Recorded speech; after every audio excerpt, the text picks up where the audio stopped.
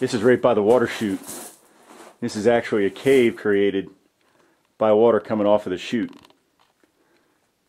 Might even think about sleeping in there tonight. Well, this is the cave I chose to spend the night in last night. Was a good choice. Kept me dry. Kept me warm because it's outside of the line of direct wind. And nothing bothered me in here. Wanted to make sure though when I chose it that it wasn't somebody else's home. So I looked for any kind of animal droppings or hair or fur and didn't find any, so I was reasonably certain I wouldn't be bothered in here last night. There are quite a few of these little caves in the area. Now it's interesting, I woke up about 4 a.m. this morning thinking it was daylight because the moon was so bright. The way it shone off the rocks, it gave the appearance of being daylight. So I got up and went outside and realized it was still dark.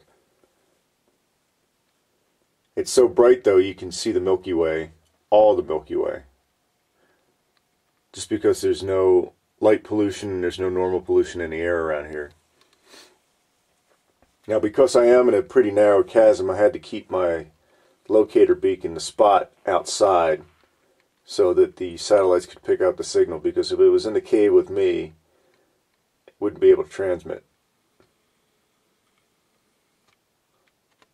All things considered, though, it was a good choice for a place to sleep last night. This is the cave where I slept last night. It was a heck of a find. You're lucky if you find something like this when you're out moving in this area. So you can see it's big enough for one man. It's fairly roomy. Kept me out of the wind, and I was pretty warm all night long.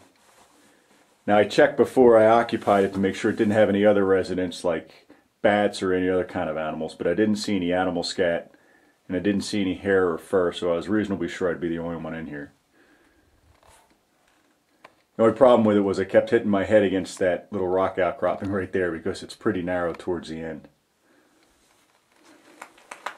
This thing was almost custom made for somebody to occupy, because if you look to the side here, it's got another little hole that you could start a little fire in if you had to cook something that's protected from the wind. Now the cave is at the bottom of this water chute here. But even in a flash flood, you'd be okay because this is elevated and it's off to the side, so custom made for somebody to occupy.